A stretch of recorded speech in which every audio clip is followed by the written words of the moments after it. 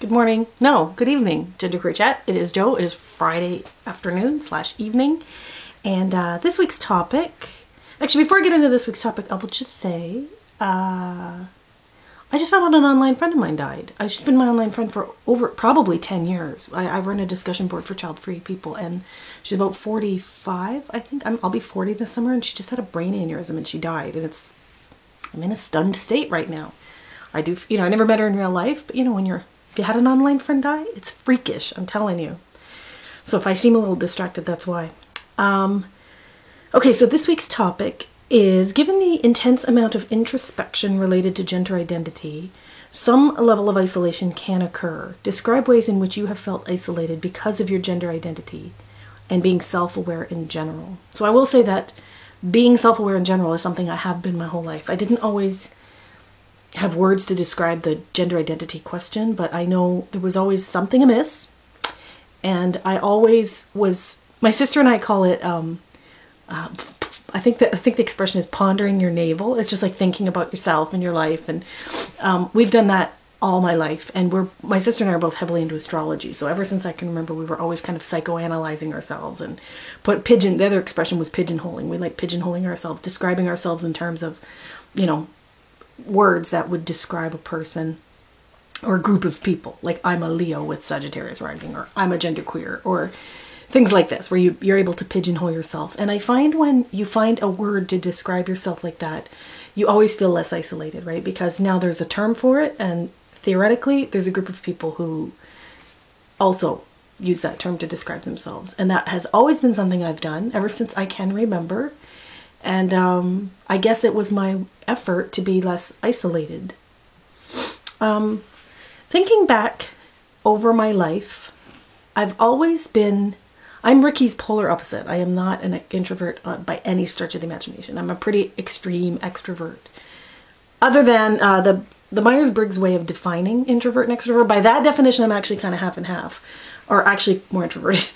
The Myers-Briggs definition is that someone who is an introvert rejuvenates by being alone, and someone who's an extrovert rejuvenates by being with people. And I guess that's a little bit weird, because I really love my alone time. And I can't imagine living with people, for example. I really, really, really like living alone. By the same token, at times in my life when I've lived with people, I've been a more energetic person. I've been a more energized person. I do really well when people are in my life. I am a better person when people are in my life. The problem is, and this probably stems back to the isolating factors that bring in genderqueerdom, is that I'm a pretty hard person to live with, and people don't necessarily want to live with me. And as a result, I would never expect anyone to want to live with me. For one thing, I'm a slob, and we're having this conversation about one of my haughty teacher guy, the guy that I kind of had a cerebral crush on for a long time. He's an extreme neat freak. I think I said we went on this like impromptu lunch date in his car, and his car looked like it had just been detailed. And that kind of thing really freaks me out, because, I've always felt like I've had to explain things about myself. And one of them is like the big dirty secret that you're not a tidy person, right? And that's hard to do for messy people. It's hard to do when you've met someone and you know full well they're a tidy person. So that is very isolating. I would say, if anything, my untidy nature has been a far more isolating factor than my gender. They often call it chaos, can't have anyone over syndrome. I've gotten way better over the years. Things have improved immensely. I have my friend's daughter comes over once a week. We sew. My mom comes over once a week. My house is passable, sort of. If you dropped in, I would let you in. I'd probably be embarrassed, but I would let you in. So, I've gotten better over the years, but it's still an isolating factor. Hugely, hugely isolating factor. But the question was, describe ways in which you have felt isolated because of your genderqueer identity. And I think that's kind of very heavy. Because I don't, when girls, I've had a few girlfriends in my life, friends who are girls, friends who are female, who kind of assumed I was female too. And they would talk to me as if I was female, and make presumptions, like say things in conversation that would imply I knew what they were talking about.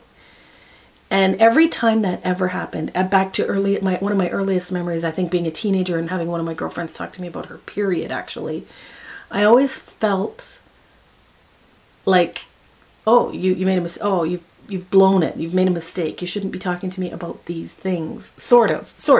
I mean, the fact of the matter is lots of people talk to me about lots of topics of conversation. I seem to be one of these wide open faces that invites people to tell me the personal details of their life. But I will say that when it came to gender issues or things that when female friends confided in me, it always felt very strange. Conversely, when I kind of broke into the gay scene in my early 20s and when I was about 19, I always felt like when my gay friends confided in me with their gay problems, I always felt perfectly at ease with that. I always felt like a gay friend talking to me about some dilemma or drama he's having with his boyfriend. It never felt weird. It never felt weird. Whereas a girl talking to me about problems with her boyfriend always felt weird because I think I felt like I was supposed to take her side for the, women stick together or something, or I was supposed to understand. And half the time, women would be upset about something that I would never be upset about. And these are typical female behaviors, like, I can't think of a good example, but like, not jealousy, but things like being upset that he doesn't call, or, so what? Like, I wouldn't care if a guy didn't call me. Like, I prefer to have somebody at arm's length, but that's just me. I'm kind of not typically feminine in that way. I guess a lot of, and that's not to say that wanting someone in your life is a feminine quality, but you know what I mean? Like, a lot of women are the ones who want the guy to call every day, whereas guys sometimes forget to call every day or whatever. This sort of a gendered behavior. And when women complain to me about their boyfriends not behaving in the ways they expected, it always threw me off. Other ways that I have felt isolated because of my gender identity. My body, I guess. I've never dressed like other girls. We'd be getting ready to go out to clubs in the early 90s and stuff, and it always felt strange to be putting on those clothes.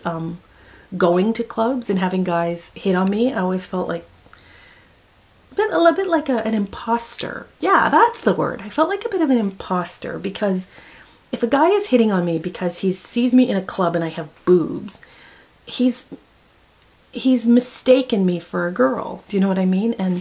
And he's probably a straight guy, and I don't want to be, what's the word? Like a liar. And I've watched a lot of trans videos, and this is something I know about people who go stealth, trans people who go stealth. And there's a lot of discussion in the trans community about disclosing or not disclosing your trans status before you get involved with someone. And is that a lie? And it's interesting for me because all my life I thought, of course it's a lie. If you don't tell everybody about everything about yourself up front, then you're clearly a liar. And this, of course, I will stem back to boundary issues from being a child of an alcoholic. Having the sensation that you need to tell everybody everything all the time is a problem. And that's something I've dealt with because I'm a bit of a verbal diarrhea person. I tend to tell everybody everything. And so over the years, as I've started to watch trans videos and understand it more, I get that what is what is downstairs or what your body is nobody's business until you wish to reveal it. And just because someone is kissing you or whatever based on what they think you are, that doesn't mean you've pulled the wool over their eyes or anything to that nature. That person, people choose to do things based on what they feel is right at the time. And if someone's going to kiss me because they think I'm a girl, then my philosophy is, well, maybe you have some latent, kind of not homosexual leanings, but you know what I mean? Like, you're obviously attracted in something in me. And if it's physical appearances only, well, then you're just skanky, right? Or you're slutty. But if you're attracted to something in me that makes you want to kiss me, then you're not attracted to just women. You're attracted to some other gray area on that spectrum that includes me. And I'm okay with that. We don't need to discuss it necessarily. We can if you want to, but we don't have to. But what else? It's a very deep question, and one that was very, I've been thinking about it, and it's hard to put into words because it is isolating being genderqueer. It is very isolating when all your female friends think you're something you're not, and then once they realize the truth that you're not really, you can't really be talked to about certain things, or and same goes for my male friends. And this is something Matt just brought up, was having, I've always craved male friends. I've always wanted to have male friends, and I've always had frequently gay male friends. But having some straight male friends in my life, I always felt at a disadvantage, like they were never going to take me seriously. They were never going to tell me the things that or accept me in the way that I wished to be accepted, because I do not present as male. And this is something that happened at work probably 8 or 9 years ago. It was when I first started working there. I'll never forget it. Broke my heart. It changed everything. It really, really felt like a baseball bat to the face. It was, a colleague had everybody over for movies one night, everybody but me. And I remember when I found out, I said, I was really hurt. And I said, why didn't you invite me? And he said, it was just the guys. And I thought, you gotta be fucking kidding me. Like, I wasn't invited because I don't have a penis. Like, that just doesn't make any sense to me. And I've never felt, and because I feel like I belong in that group of men, and to a certain extent, being excluded because I wasn't a man in their eyes, stung all the more. So I'm starting to run out of time. I'm up to the 11-minute mark, so I should probably wrap this up. But yeah, feeling isolated is a big one. I've remedied that by being very blessedly. I think I'm very blessed in a lot of ways. I don't have a lot of needs. I don't need a lot of people in my life, and I'm very self-entertaining and I'm very self-accepting. So because I accept myself for who I am and for the way things have turned out in my life, and I make the best of what I have, I don't feel like it's a problem that I don't have a lot of friends, or I don't feel that it's a problem that I'm so unique people can't relate to me. I do seek out like-minded individuals, usually online, such as this channel. And I do have a very large online presence, and a very lot of online friends who get me and connect with me on chunks, on levels that allow me to feel fulfilled. I don't feel completely isolated. I've never felt completely isolated. I've always felt like there was somebody I could talk to online about something or other. And I will just touch briefly, because I already have time. Matt mentioned several times in the video that feeling loved is a huge part of it. And I think because I have a mother who loves me unconditionally, there's somebody on this planet who loves me unconditionally, and sometimes it's just all it takes is one person, and sometimes that person, yes, can be your mother, has made me a very whole person. I feel loved. I don't ever feel like there's something so wrong with me that no one will love me, because somebody does love me unconditionally, and lots of other people do, I'm sure, too, but I'm just, Mom is the big one. So, okay, have a good week, you guys. Talk to you later.